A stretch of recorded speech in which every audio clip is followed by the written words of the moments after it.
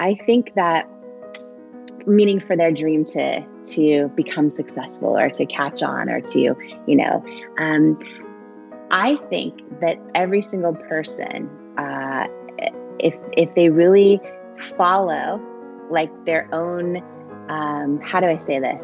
It's almost like a gravitational force that you feel, right? You're knowing that knowing inside of what brings you joy, what do you have that just feels right and you feel in flow when you're doing and you feel called to do.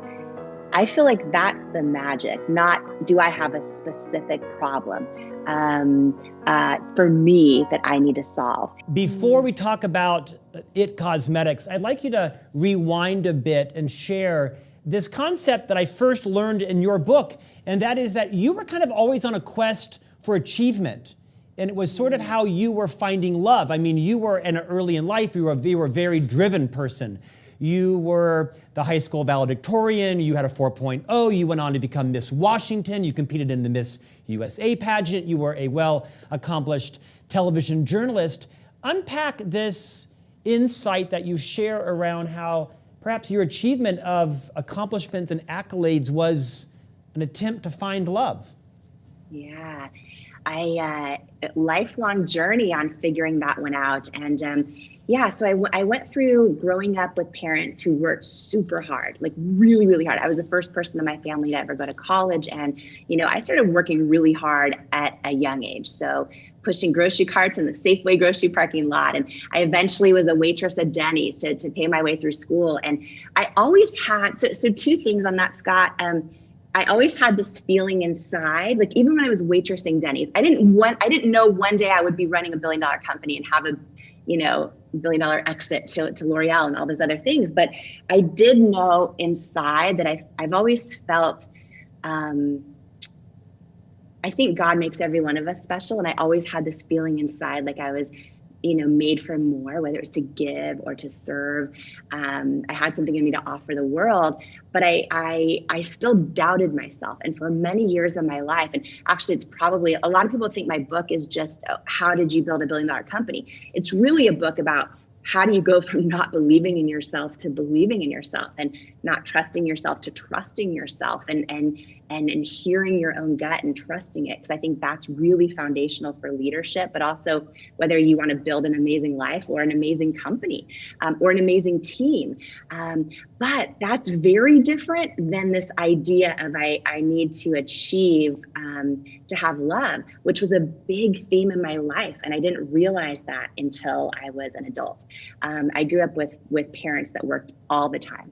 And I realized, I wasn't fully aware of this, but when I would achieve something big, that was when they would show up, right? And so I can look back and recognize that now. And what I realize is for a big journey of my life, I equated like, oh, I've got to win to matter, or I've got to achieve to matter, i.e. to feel love, right? So I look back and I realize that was a definite pattern. And I think for every achiever out there, whether they're type 3 on the Enneagram or they're just simply, you know, so driven, I think the biggest thing that has been, and on top of it all, and I share this in the book for the first time ever, in my late 20s, I found out by complete surprise that I was adopted. And I went on this multi-year search trying to find my birth mom, and also trying to learn how to forgive and all those things. So anyone who's ever had kind of the rug pulled out from underneath them by someone that they thought they knew or loved or trusted, I talk about that journey of forgiving and healing as well. And, you know, I think that it's been a lifelong journey of trying to understand the need to achieve and how sometimes we can equate that to love, and separating that from I'm enough, right? Separating I'm not enough, I need to achieve to find love, to I'm enough. And this is going to sound, I guess, soft to talk about, but I think this is an issue that impacts as many men and as it does women. I think it's an issue that especially impacts leaders and CEOs, because by nature, they're achievers and by nature, they're driven. And one thing I talk about in this book a lot is coming to the realization that when you are an achiever and you're just trying to get the next thing and the next thing and the next thing, it's never enough.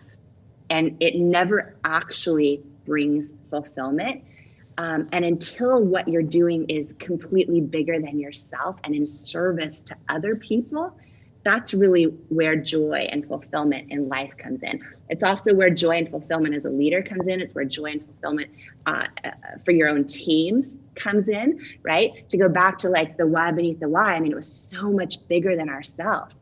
To shift culture in the whole beauty industry for every little kid who's about to start doubting themselves, and every grown woman who still does, is a very bigger than ourselves why that every person on our team, once we grew and grew and grew, could deeply identify with. So being in service for something greater than ourselves, I believe, is one of the pieces of our secret sauce that allowed us to enter an industry of giants, past all of these people used to say you could never break into the beauty industry because all the department store floor space was controlled by a small number of giants, et cetera, et cetera. And we were able to break in and pass all of them. And I believe a big part of that is because the authentic reason for why we were doing what we were doing was bigger than ourselves. A lot of companies will have a why that's attached to sales, or they think rewarding employees with bonuses and this and that is enough to have retention. But I really believe how we scaled is because the why was so much bigger than ourselves in service. Was a big component of it, and it was authentic, right? And I think the same thing for anyone who's an achiever in life.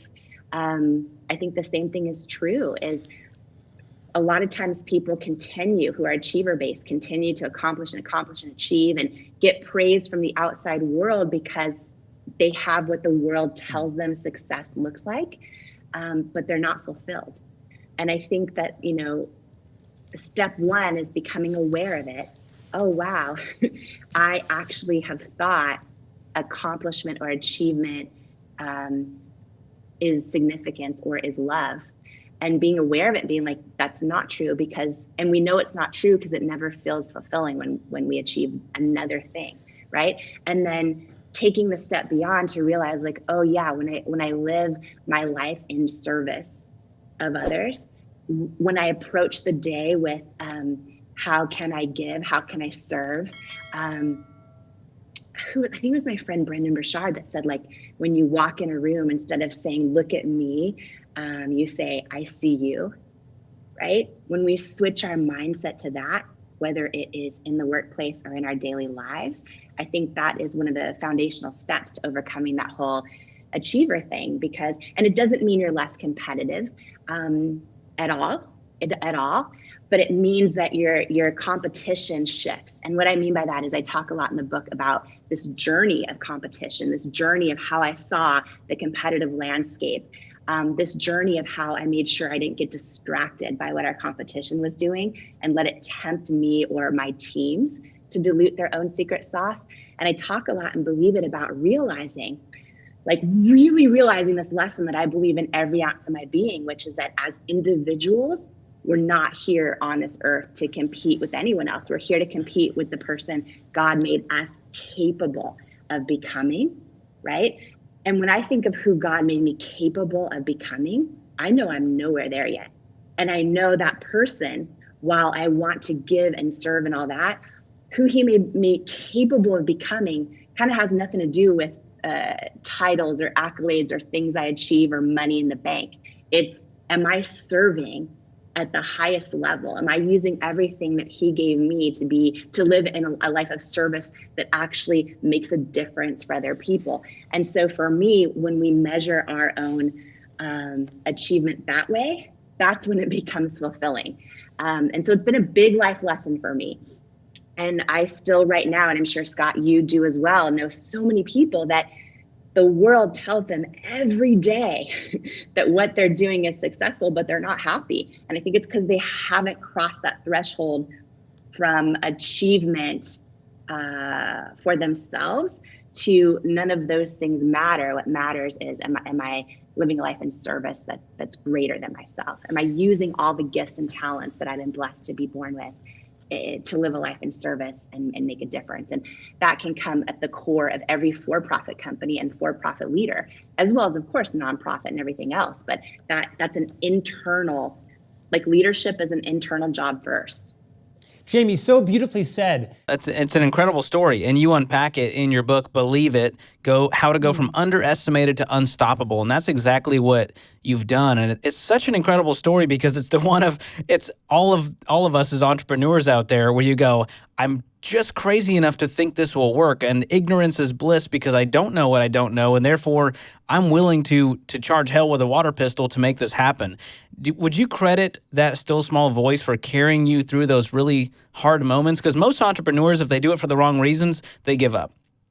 Right, when the money's not coming in and it's not a lightning in a bottle thing, but when you do it for the right reasons because this is your calling, it changes everything, it seems. Yes, and I think it's so key that you really tune into your calling and that you really peel back the layers on it, make sure you're going deep enough to, we hear so many people talk about your why. But I think so many entrepreneurs, like I've now had the blessing of meeting tens of thousands of them. I mean, just in the QVC green room alone, I did over 1,000 live shows myself. And you meet so many brand founders coming in and taking their shot on air in every different industry. And very few make it, very, very few make it. And I think that one of the things I see happen a lot is people kind of have their why identified. And it sounds good to other people, so they stop there. But they actually never go deep enough to make it so personal to them and to make it so much bigger than themselves that it becomes like a tool in your resiliency toolbox. So the times it is tough, you can lean on them, right? So for me, yes, definitely the still small voice, and I would get still and pray, and I would trust that. And that's probably the biggest tool in my toolbox.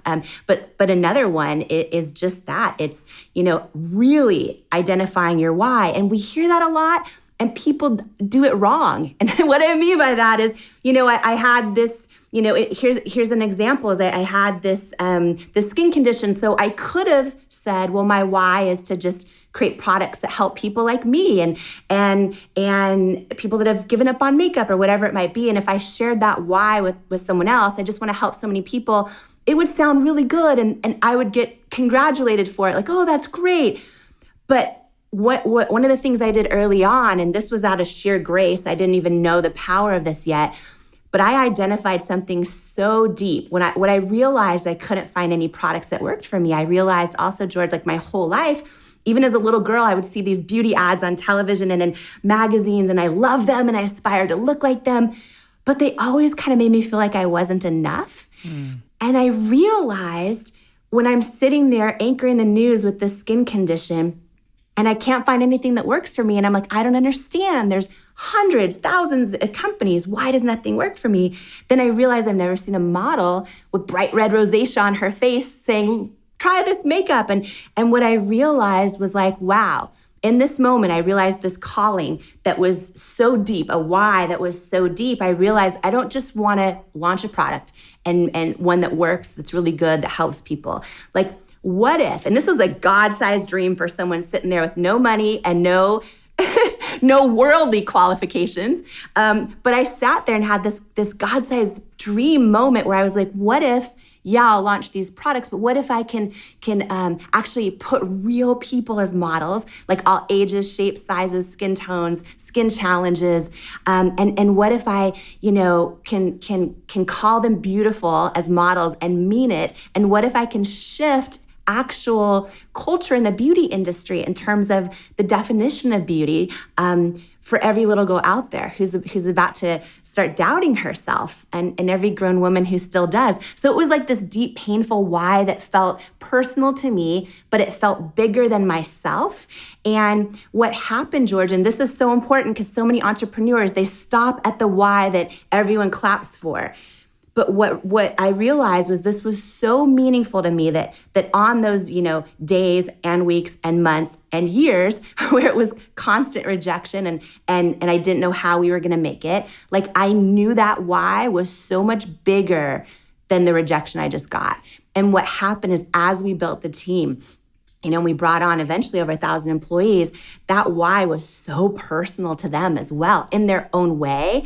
So we assembled this team of people that believed in something so much greater than themselves, and it helped us with employee retention. It helped us with hiring, because we had people leave much larger companies and take actual lower salaries because they weren't fulfilled where they were and they didn't feel like what they were doing mattered. And they would hop on board with us because they believed in the vision, and the vision was authentic. And so it helped with all of that. And I feel like as entrepreneurs, that is one thing that's overlooked often, and it's free. Because like in the beginning, a lot of us don't have money to hire anyone anyway. and then it's hard making payroll as we're scaling. And I feel like this is one tool that not only personally as an entrepreneur is so important to have in your toolbox, but also as you're building and scaling a team. You can read business books all day long, and often they don't teach you how to do this part, and it's free, and it's so powerful, because at the end of the day, I could not have sold, and we were acquired by L'Oreal for $1.2 billion cash. And then in the first 2 years post-acquisition, we doubled the size of the business. And wow. I credit that to my team. They're amazing, not just because they're really smart, which they are, but their why was deep. Like they were on a mission that they believed in so powerfully. And that part is free, and that part is beautiful, and that part is so, so, so important when it comes to, every entrepreneur. Even if their team is just them right now, it's so important. Yeah, powerful reminder about how vision is the engine for your business, and having that clear mission that is more than just about solving a minute problem, but you wanted to change an entire industry, and you absolutely did that. What I have experienced in my own life, and having so many amazing folks on the show, yourself, Brene Brown, Arlen Hamilton, Richard Branson, so many folks who have created the success, it seems like there's a bunch of common threads, but one that I want to pull in right now and get your take is you scratched your own itch, right? That this solution to the problems that you were having with makeup as an on-air anchor it could be seen that is obtuse and out there, and how many people have this problem of being on camera and makeup cracking, and yet here you are on the other side of creating, as you mentioned, the largest beauty brand that's going right now. You solved your own problem. How important was that? Did it, and what are the, give me like a little 360 on that. What were your thoughts at the time, and your thoughts now, if you were going to give advice to someone? Because there are so many people that not only do they just have an instinct of maybe a direction to walk, but they don't know what to do, and they're looking to solve other people's problems. And I have a fear that if you try and solve other people's problems when the going gets tough, you don't have the conviction. But these are my words, and I want to hear yours. Yeah, I think that, we always hear the classic entrepreneurial story, right? Of like, oh, I have a problem and nothing out there solves it. And I created something that did, and now it's a big success. So there's so many examples of that out there. But I also think that makes so many people put so much pressure on themselves that they think that they need to have something so, specific or personal to them for it to work, or they need to be solving their own problem for it to work. I think that, meaning for their dream to become successful or to catch on or to, I think that every single person, if they really follow like their own, how do I say this? It's almost like a gravitational force that you feel, right? You're knowing inside of what brings you joy. What do you have that just feels right, and you feel in flow when you're doing, and you feel called to do? I feel like that's the magic, not do I have a specific problem for me that I need to solve. I think that while that can be your gravitational pull, and that can be a really, really strong one because you have a really personal connection to it, I don't think that has to be there for somebody's dream to be as valid, as successful as everything. I think that it's, I mean, I'm sure there are people that just feel pulled to paint on a canvas and express themselves, and their work serves the world and helps heal humanity through love and inspires other people and helps brighten their day and, helps them understand themselves better. I think that us really learning, again, going back to knowing, what is that thing that brings us joy, that makes us feel in alignment with our own, calling. And it's okay if you don't know that yet, right? It's okay if you haven't really figured that out yet. But I think it's a journey of paying attention to what feels right in your soul when you're doing it and when you're going after it and when you're creating it. And I think that if you don't have a specific problem, right? And to your point, if you're solving other people's problems, is that going to be enough? And what I would say is that, whether or not it's a specific problem to you, we hear so many thought leaders, and I know you probably had so many of them on your show, talking about how do you identify your why and your mission and why you're doing what you're doing.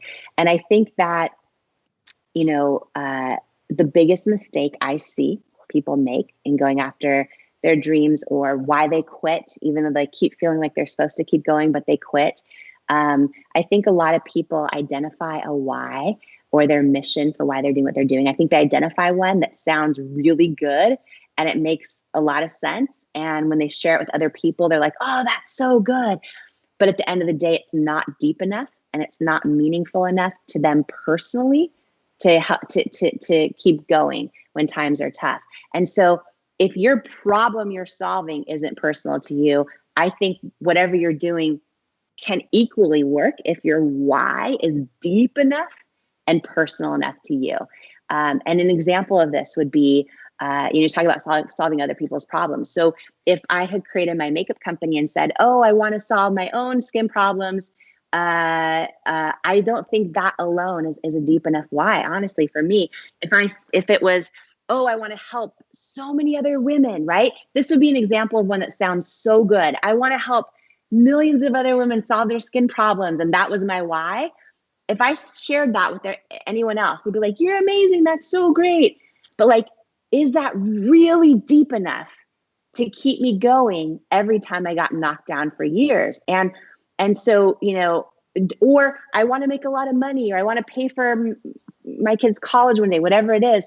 Those things all sound so good. And what I would love to challenge everyone in your audience to do, because I think you have to attach a why to any goal or any dream, right? A lot of people keep like a goal journal and they write their goals, but they never attach a why to each one, and then they give up.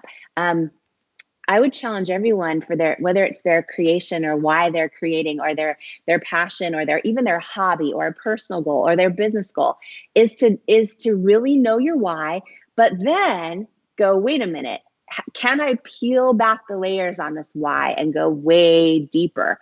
And what I mean by that is if my why would have been, let me solve my own problems on my skin, let me solve all the problems for so many other women and men out there who have given up on makeup, I don't think it would have been enough for me to keep going. But because, I had this moment, Chase, where I realized, oh my gosh, my whole life, all the ads I saw as a little girl showing me what beauty is, like, I love them. I aspire to look like those commercials, but they, even as a little girl, always made me feel like I wasn't enough.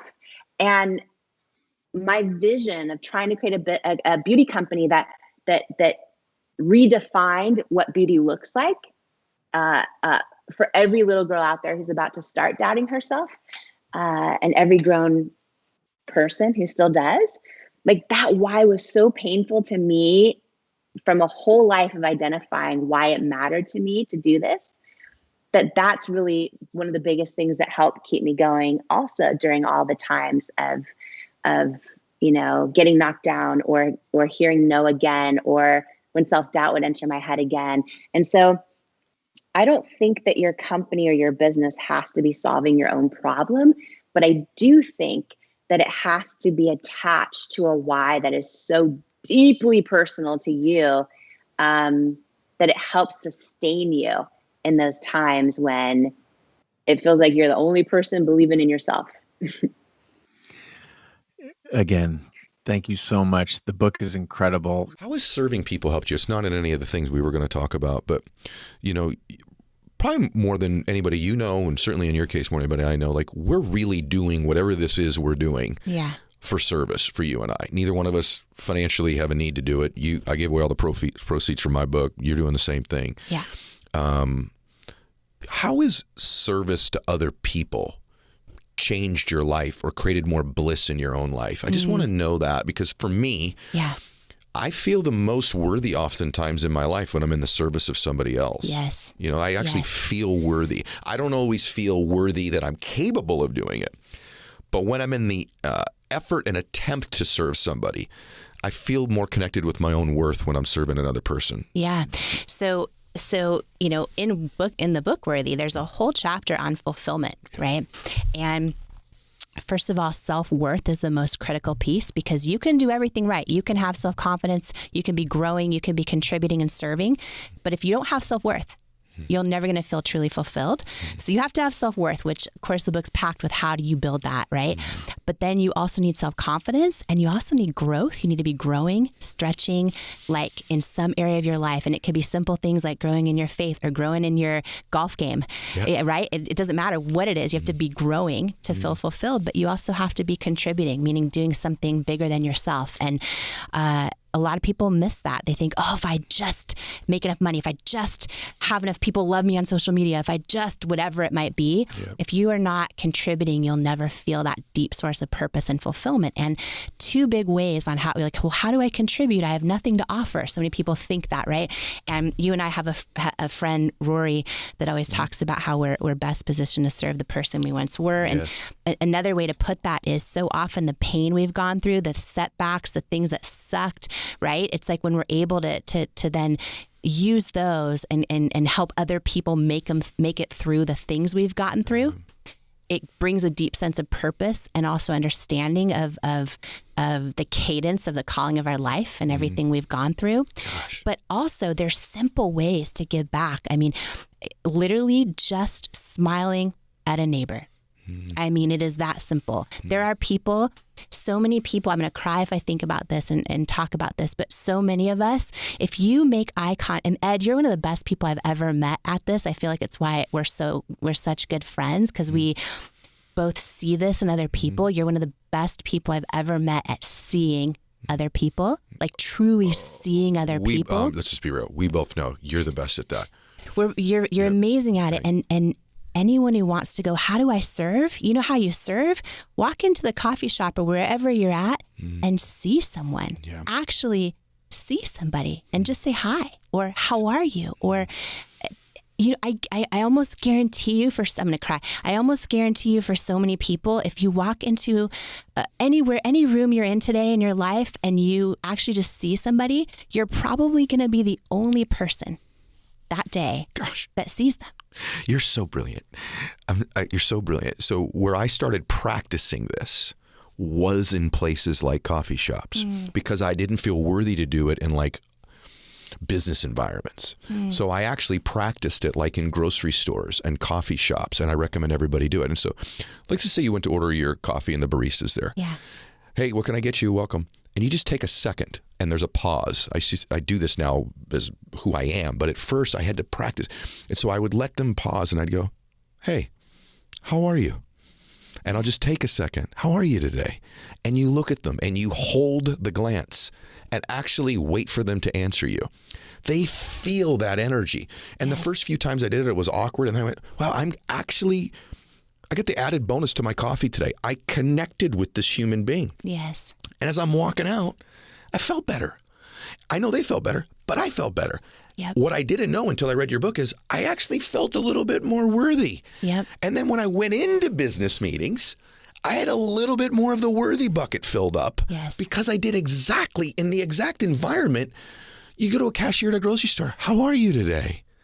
And you actually listen and say it a little slower. Hey, how are you? That's not the same thing as how are you? And they feel you actually want to know and you care. Yes. Slowing your life down like that, you're like, what's that got to do with business? I don't know. Best person I know at doing that is you. You said I'm the best person you know at doing that is me. And we're two of the richest people in this entire space. So there's some correlative property to it to business as well, right? There's got to be. And two things happen. You see that other person. So now all of a sudden you're in service to something bigger than yourself. But when you see that other person and they realize it, they then see you. Yes. The moment they realize you saw them is the moment they see you. When you actually see someone else and in that moment they realize it and then they see you, you actually feel seen. And here's something that is so powerful and profound and huge when we realize we do this in our lives.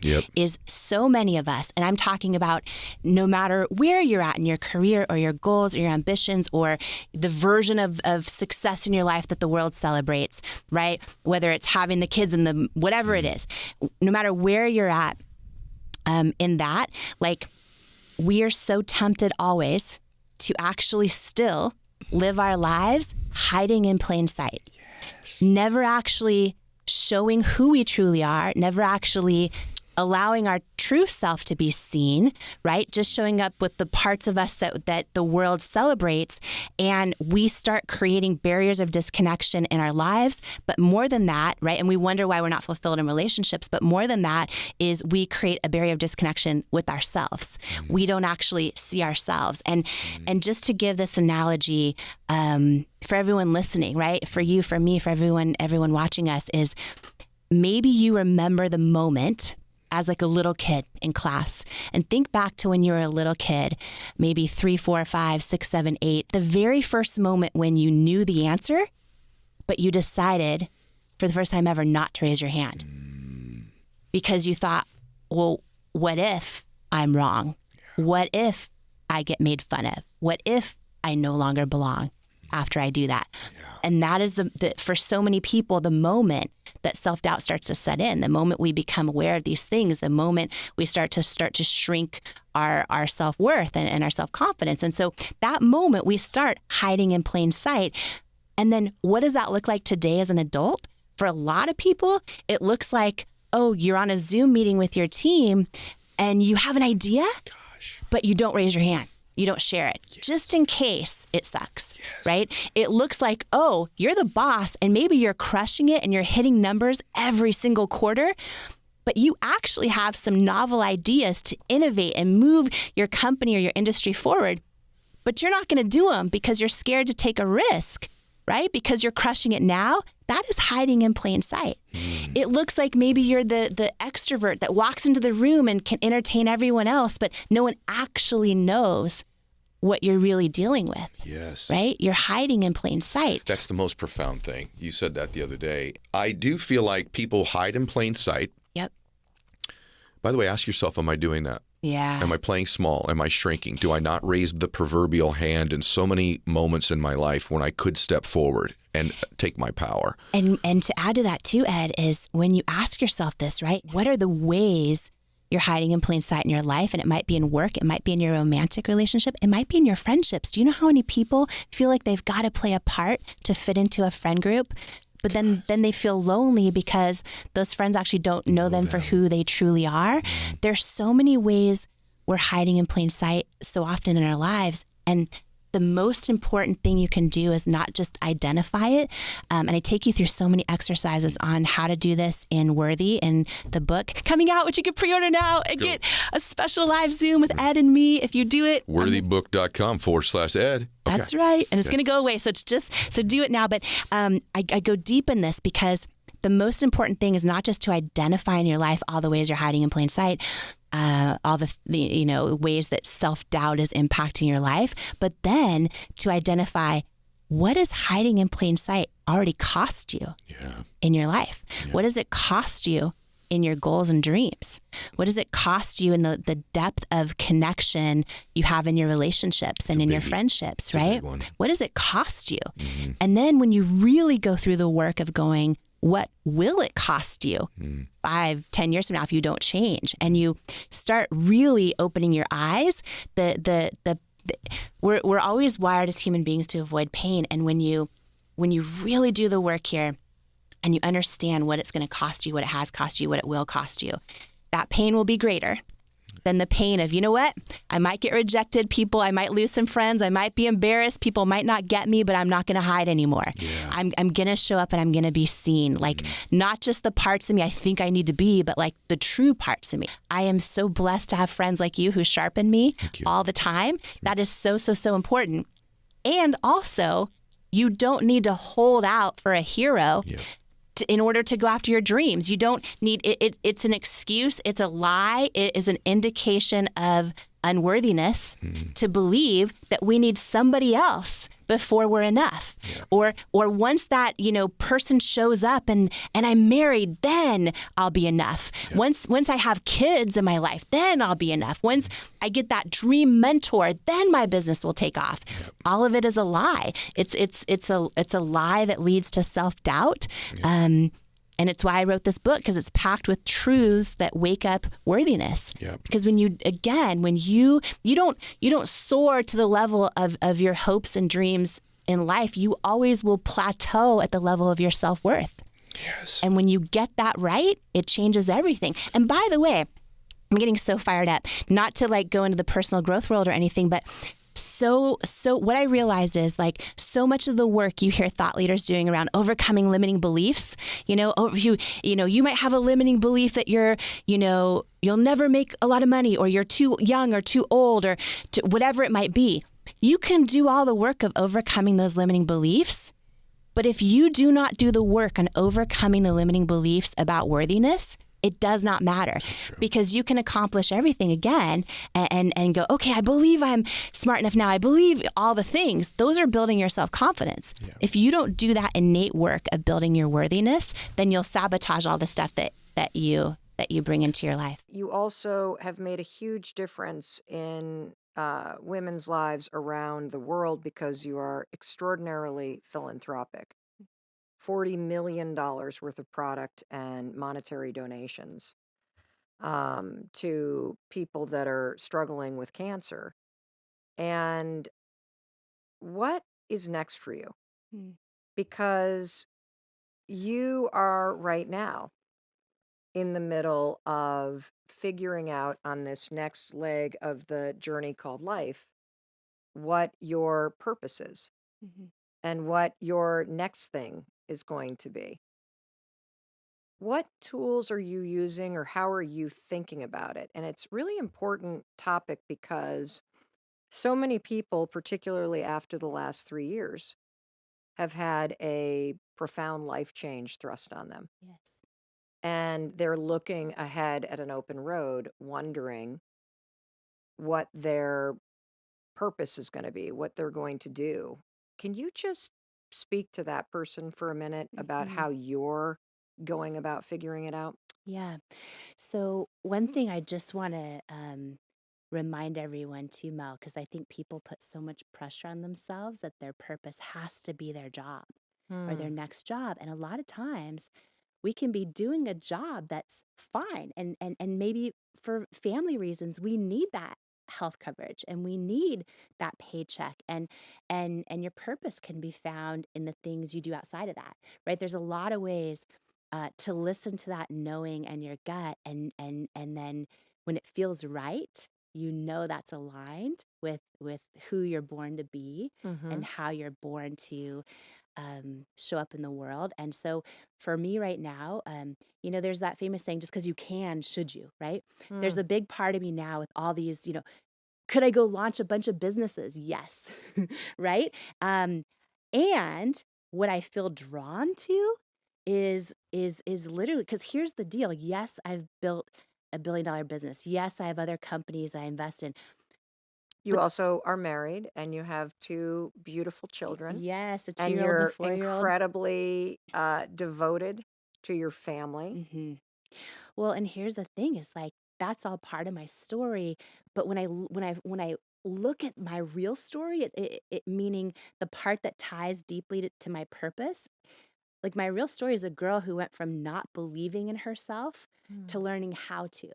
And so when I wake up in the morning and I think about the things I've done so far, the things I hope for my kids for, and how I built $1 billion business, it was really through seeing women, helping them see themselves Hmm. and believe in themselves and believe they are worthy and enough. And that's what fires me up every morning. So when I think about what I'm stepping into next, Yeah. I wrote Believe It, which is about my book about how to go from underestimated to unstoppable, donated all the proceeds. I'm donating all the proceeds from that 100%. I funded leadership. Hold on. Let's just underscore that. So she writes a New York Times bestseller, donates all the proceeds from the book Yeah. to nonprofits. Just donates them. Yeah. And the book is just, It's from, incredible. thank you. It's like a little manual that you should have on your bedside table because Jamie will be smiling at you Yes. and you'll see that you're not alone, that we're in this together. And her example of learning how to go from doubting herself to believing in herself is the journey that each and every one of us is on. Yeah. And so you're kind of in this soup of knowing that this is the area where you want to focus the impact, but you're Yeah. not being a very, very, very good friend of yours. I know that you're not, it's still a fuzzy target, so to speak, as our friend Dean would say, it's a fuzzy target. If somebody kind of has a sense that there's something more, but they don't quite have they haven't had that aha moment yet that you Yeah. had almost 14 years ago sitting on that television set. Yeah. I'm gonna make makeup and I'm gonna bring real women and I'm gonna show my skin and I'm gonna Yeah. solve this problem. I'm gonna make people think that they're beautiful because they are beautiful no matter what their body. And you did it. You did it. But if you're in the soup and you Yeah. don't have the vision yet, is there an exercise or something that you would recommend that we all do while we're waiting for that clarity and that epiphany to strike? Yeah. Two things. One, waiting for it to be perfect can be the lowest vibration, biggest excuse. Hmm. Number one reason why people just never try and never get started. So I think it's rare to ever have complete clarity. Like this is exactly perfect for it. And that's why, two things. I think just taking a step and seeing how it feels is good, tuning into your knowing. I also think, Dean, so you mentioned our friend Dean who was saying it's a fuzzy target. He was saying something to me recently about, almost like when you're about to aim a bow and arrow and you're about to let go of the arrow. He's like, you can aim and turn it and twist it a few times before you let go of the arrow. It's okay to wait a little bit and just make sure you're going to aim at the right thing. And so this year, for example, I've kind of been doing that. I've been saying, how do things feel? I have the gift and blessing of being here with you right now. How does this feel? Feels amazing. So does this mean I love you're going you. to do a talk show? Maybe you could teach me all the ropes, Mel, and then yeah. Hardly. But I am a failed talk show host. okay. Don't even. That is true. My talk show got canceled. Mm-hmm. Why? Mm-hmm. Because I can tell you why. Go ahead. Go ahead. well, I was going to apply the lessons from Professor Purpose, but I'd like to hear you tell me why. I think our steps are ordered. Why? I think because you are going to own all of what you're doing and make it so much bigger than anyone else who owned it could have made it. Mm-hmm. So, by that definition, I think you're the most successful talk show host. That's the first thing. At least in the podcast. It is. But no, I think it's all going to be the same. I think a show is a show. You know what I mean? The world's changing so rapidly. Mm-hmm. And I love too that you can do this show on your terms. It's right? true. You can do it on your terms. And that's why it is so huge because it's on your terms. Well, like you, and maybe this is one of the reasons why we have become such dear friends in such a short period of time. And I often say on the show that I truly believe that the best years of your life and the best friendships that you'll have are on the road ahead. But a lot of the reason why we connected so profoundly, even though we are different in many, many ways, Yeah. is that it goes back to the Denny's waitress. Like at my core, I am still the waitress making money waiting tables at the Red Rooster Tavern on Scenic Drive in North Muskegon, Michigan. Same as you, stalling because the fryer has now broken and the fried perch is not coming out. And I'm talking to the tourists from Chicago, and I'm treating everybody kindly. And I know that all I want to do is impact people's lives that are just got their head down and they don't feel very seen or heard. And I want to make them know that they have it within them to tap into this incredible power inside them to create whatever they want in life. Yes. And it starts with believing Yes. that you can, and having somebody like you on who has demonstrated that is really Yeah. important for people to hear. You know, on that topic of friendship, I love so much that you are the friend that people need to your audience. Like, and what I mean by that, and I'm honored to be the friend for this episode with you to everyone. And what I mean by that, Mel, is I think you and I love each other for who we authentically are. The Denny's waitress, the Red Rooster waitress, right? And we also are friends that help pull each other into who we're Yes. becoming. Yes. And I think so often, and that's why I love, and your show also, as you know, of course, but I just want to call it out that your show can be this for people who feel like, how do I find those friends that help pull me into my future? Because so often the people around us, while they might mean really, really well and love us dearly, pull us into our past, or for their own comfort zone, want us to stay the person we were or are. And it's so important, because we're talking about purpose, Yeah. to try and add friends to your circle who truly want the best for you, not just what they think is the best for them in you, but like want the best for you. And you do that for me. I do that for you. Yes. This show, your show, I know does that for people as well. Yes. And so honored to be part of that. Thank you. Mm-hmm. This was about 14 or 15 years ago. So we're talking 2007, 2008, correct? Mm-hmm. In my opinion, Jamie Kern Lima is the reason why we have this real beauty movement. There always has to be the first person, and she was it. So when you look around the internet and social media and you see people doing naked faces, that was not something people did in 2007. It was all airbrush. It was all perfection. That was the beauty standard. There were no plus size or curvy models. That was not a thing back then. And so you've got a woman who is sitting in Seattle, who has no experience and no money, deciding that she is going to not only figure out how to create a makeup line for people who have issues with their skin, but that she's going to do something nobody has ever done, which is put real, normal people like you and me into her campaigns when she finally gets this figured out. And she's going to show people what her skin actually looks like in order to sell it. I mean, that was a revolutionary idea. She was the first. And I'm telling you this because you could be the first. You have something inside of you that is a problem, something that you can solve. And you could be the first to change the way that people think about an issue. And so, Jamie, let's pick up the story, because how do you go from this aha moment, like, oh my God, oh my God, oh my God, to doing something? Because I Yes. think some of us have aha moments, right? Yep. And then we But we doubt don't him. do anything. Yes, because we doubt him. We Yes. doubt him. We think like, oh, someone's already done it. Yes. Or, oh, whatever. First of all, if you're out there right now and you think, oh, you have an idea or a way you want to show up in the world, or someone else you want to help, but you think, oh, someone's already done it. Literally, there's only one of you in the entire universe, which by definition means no one has ever done it the way you're going to do it.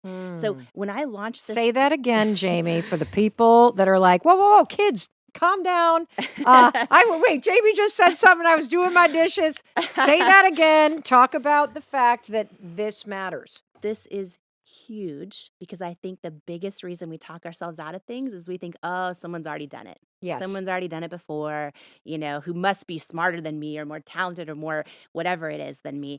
And what I have learned and then proven. And I want to tell you too about I'm going to get so excited, Mel, because no, when you do this thing, like, don't be shocked then when there's millions and millions of rejections and people don't get it, right? Because it's never been done before, right? Oh, Because yes. there's only one of you. There's only one of you doing it the way you're going to do it. But just to recap that, there is literally only one of you in the entire universe, right? And so if you are going to show up to this world authentic, that means whatever you do, if it's authentic to you, it's actually by definition, it's never been done before, right? And so when you show up that way, don't be surprised if not everyone gets it right away. Or, in my case, all the experts I put on pedestals all said no. That this idea of how I wanted to connect with women, they thought it wouldn't work, and they thought I wouldn't therefore make them any money. But can I ask you a question Yeah. real quick? How did you go from the aha Yes. to starting? So what did Yes. that look like? Like, because I Yep. think like if you're in this space where, let's just use an example. You've never actually, you don't know the first, you have this thing about catering that you Yep. just can't get it out of your head. You want to do these events, you've never actually done this because you had never Yes. done anything with makeup. You had Yep. no idea what you were doing. Yep. You have an idea and you have an aha moment. Mm-hmm. What was the first thing that you did to start to make this real? So leaning on that, why I had to do it and why Mm-hmm. it felt like it was going to be part of my purpose was a Mm-hmm. big thing that helped me actually take the risk, quit my job. Wait, you And quit your job because you had an aha moment? yeah, it was deep. I was like, if I had What did it all, feel like? it felt like, if I didn't do it, I would wake up the rest of my life with this pain in my gut, this longing, knowing I was created for more. It felt like if I didn't do it, I would have the pain of regret. And Mm. if I did do it, I might have the pain of failure and maybe the pain of embarrassment and then maybe the pain of, oh, wow, that doesn't feel like it went how I thought it was. I knew it was this big risk. I Yeah. knew I was leaving what I thought was my dream job. Why did you have to Um, quit your job? Just curious. it was literally from day one, I was all in. Like I dove all in. I knew if I was going to do this, I needed to just go all in on it. And, I started, I do not recommend this, but I started working like 100-hour weeks from the beginning. I was so freaking passionate about it. Like I couldn't stop thinking about what if I can actually figure this out? What if I can literally, because it became a So big did you have dream. any savings? Like, do you have a little bit of Very savings? little Because you didn't savings. pay yourself for the first 3 years that you did this. First 3 years. So basically, my husband and I wrote this business plan, right? Yep. Quit our jobs, dove all in our living room. We poured all of our savings into it. I thought, Mel, and this is for someone watching us right now. I know this. I thought if I can figure the product out, it's going to be huge. Right. And then I realized, like, oh, being an entrepreneur or launching a dream is not always that easy. We poured every penny we had into it, and once we actually created a product, and we were scrappy. If you And want to how know did you how, create a product? Like, are you in your yeah. kitchen buying stuff at the grocery store, or how does this even work? Okay, so no, so so first, I love that technology is right there, right? So researching how are makeup formulations made, who makes them, what are the FDA regulatory compliance, all the unsexy stuff I know nothing about. Just diving into the research phase of how does this happen, and then what I learned is that manufacturers are makeup companies' closest held secrets, right? Like closest held secrets. They won't disclose who they work with, but a Hmm. lot of these big manufacturers work with all the top brands that you see or a handful of them. Gotcha. So I started, So are you saying that all of the brands and top brands that you see are basically manufactured by a handful of companies? yes, Okay, handful of got it. companies, and then some do it in-house as well. Gotcha. So what I did was scrappy. I walked into a Sephora. I wrote down the name of every single brand in there, went home. I had no money, right? Cold call every single brand and saying like, oh, I'm looking for a really great manufacturer. Could you let me know who you manufacture? And then they hang up on me. You know what I mean? One after another, after another, after another. And I got this really small brand in a totally different kind of positioning where the girl who answered said, "Oh, here's who we use. They're in New York City, blah, blah, blah." So that was my first manufacturer. Reached out to them, had a meeting in person, had no money, poured this idea out to them. They took a risk making me samples.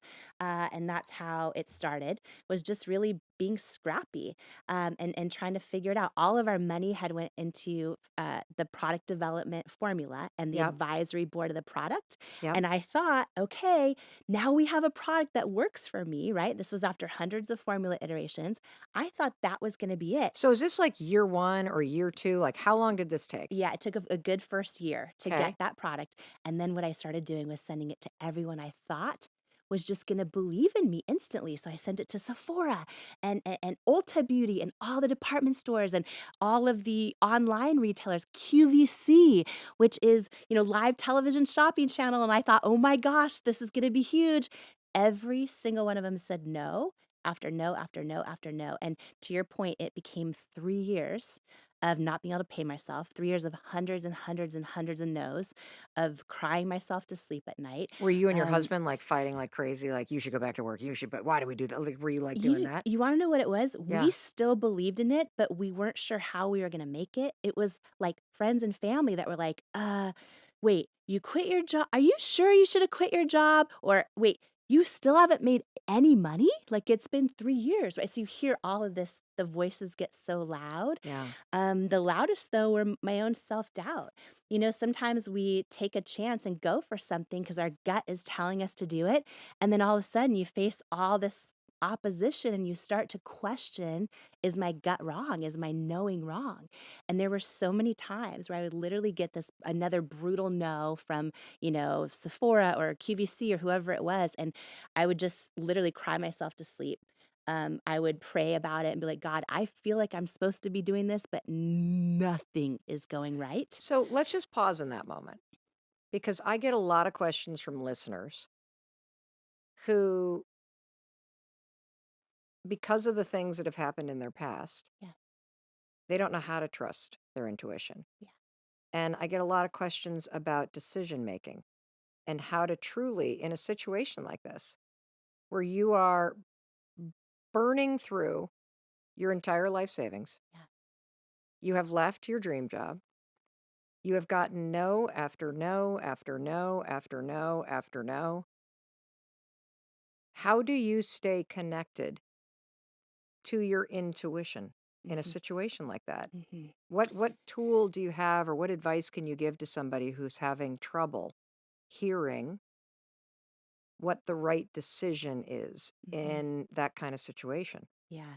So I think that intuition is like a muscle that we build Mm-hmm. over time. And I think it's a lifelong journey that, to really learning how to hear it and to trust it. And one of the greatest tools, I think, is to go back, think back to times in your life where maybe you had this gut feeling to do something and everyone around you said, don't do it. So you listen to them, you didn't trust yourself, and then think about what happened. Right. And then similarly, go back to a time where everyone was like, oh, no way, no way. And you're like, but I love him. I don't think he's lying. I think his phone really did break 5 times every weekend. He didn't disappear his phone. Like, right. Think about like that situation when everyone was telling you something and you didn't listen, or even your gut was telling you, right? And you didn't listen, and you think back to those times and you start to develop pattern recognition Mm. of how it felt in moments in your life when you trusted yourself or didn't, and what happened. And you get better attuned to what that feels like. So, What does it feel like for you in both feel, situations? Like, can you describe what it feels like for you when you're like, yep, no, that's a no? And what yes. does it feel like for you when you're like, I'm sticking with this? Yeah. Often it's the tiniest of feelings in my gut, right? Some people describe it as like a still small voice. I pray about it. I ask God to give me the answers and I try to live the answers. Do you feel the answers that God gives you? Like, is that what happens for you when you do this? Like right now, when I look at you, right? Yeah. Like I know you're a beautiful soul, right? I just know it. You know it. You feel it. Like I feel like you have good, like you're good. You know what I mean? It's a Yeah. feeling, right? And we get these feelings, but so much around us is so loud. You know, and we just learn over time. And by the way, not to go, this could be a whole other episode, but especially as women, from the time we're young, we learn not to trust ourselves. We walk into our parents fighting and we go, "Is everything okay?" They're like, "Everything's great. Everything's great." Right? To protect us, we start to learn to You're doubt like, ourselves. baloney. Right? Yep. But you know, or, you know, especially as young girls, you learn to make decisions by consensus, often with your friends, Or and you making other people happy. making other people happy.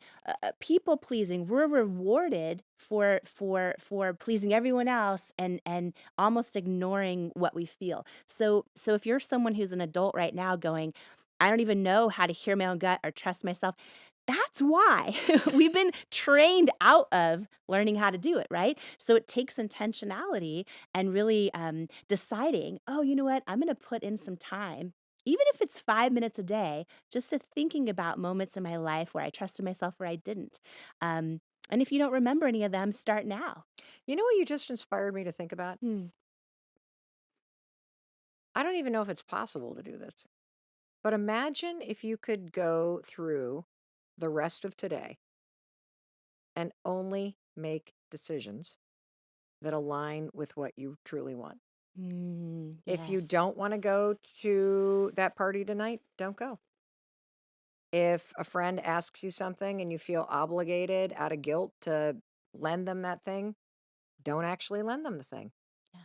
Eat what you want to eat tonight for dinner. Don't just go to wherever your friends want to go. Like, I think that would be a real eye-opening experiment if you were to do that. And you start building that muscle, right? And the more you do that, some people don't even pay attention to what they actually want to eat for dinner. They're just like, "What sounds good to everyone?" But to your point, when you start paying attention, then you also start building that knowing of hearing your own knowing. Do you think it's possible to discover your unique purpose in life if you are not connected and listening to your intention and intuition, I mean? And your own intuition. Here's how I think I think it's way more likely, and you're going to actually discover more than one purpose often if you're really tuned in to your intuition and you're intentional about it. But what I'll say for someone who feels like they can't hear their gut but they still want to find their purpose, a friend of mine, Rory Vaden, says that your best position to serve the person you once were, right? Trent Shelton, our friend, says one day the things you're going through right now will be the things you made it through. Yeah. And what I would say to someone listening right now is, look at something in the past that has broken your heart, that has caused you grief, that has been something that you care deeply about, whether it's positive or negative, that you've gone through, something you care deeply about, or maybe pain you've gone through, something you have made it through.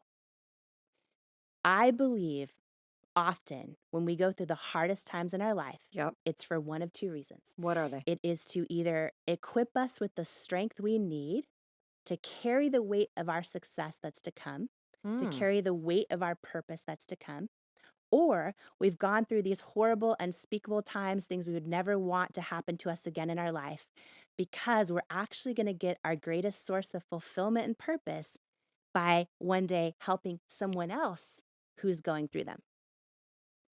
And I love that saying that you're best equipped to help the person you used to be. yes, As leaders, when those hard things are going on internally, you still have to show up and lead and inspire your teams, right? And being able to do that and still feel the day was something I failed at for a number of years. Being able to do that and still summon joy was something I failed at for a number of years. And it's something, when I look back, I would do differently.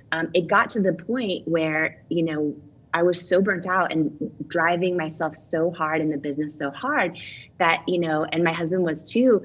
When I would get a phone call from my own husband, I actually, when I'd see his name on my cell phone, I actually would equate it in my brain to a work call. Like, that's where we got to that place. And so, you know, for me, we had the opportunity to go public. and probably would have made way more money. And I would fantasize about this idea of ringing the bell and all those sexy things. But I also realized if I want to feel the day, live a joyful life, all of those things, become a good steward of my own body and a stronger leader for myself, for my family, and even for my own teams, I was at this point, Scott, where I had to trust myself not to trust myself, because I was so addicted to work at that point. And I knew if we went public, it would still all be on me, all be on us to carry it, right? So part of why we decided to bring on a partner, right, which L'Oreal acquired 100% of our business, was to make that decision. I want to do this also joyfully. And so you don't need to sell your company to L'Oreal to have this aha moment, but I realized I was doing it wrong. I realized, and this is something that a lot of people go through this experience, where we're really amazing at our jobs or at building teams or leading teams or ideating or creating, but maybe we're not good stewards of a body. Maybe we're not good partners, or maybe we're just not even feeling the day and feeling alive and enjoying the journey.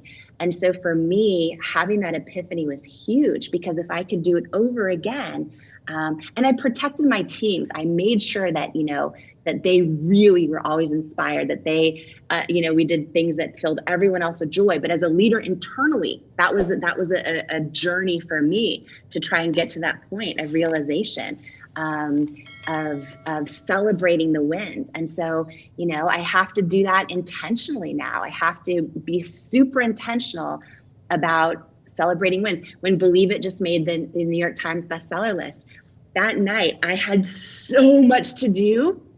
And I'm like, nope, you know what? I literally opened a half bottle of wine. I was with a friend, and we each opened a half bottle of wine. We cheers. I poured it in this coffee mug, and I'm like, I'm going to celebrate right now. You know what I mean? Like, I think we have to be so intentional about it, because before we know it, the months go by, the years go by, the decades go by, and all we ever did was work really, really well. You know what I mean? Ladies and gentlemen, rock this house and welcome to the stage, Jamie Kern Lima! Baby Kern Lima! Every single one of us has had someone tell us we're not enough. Every single one of us has had someone say words to us that hurt.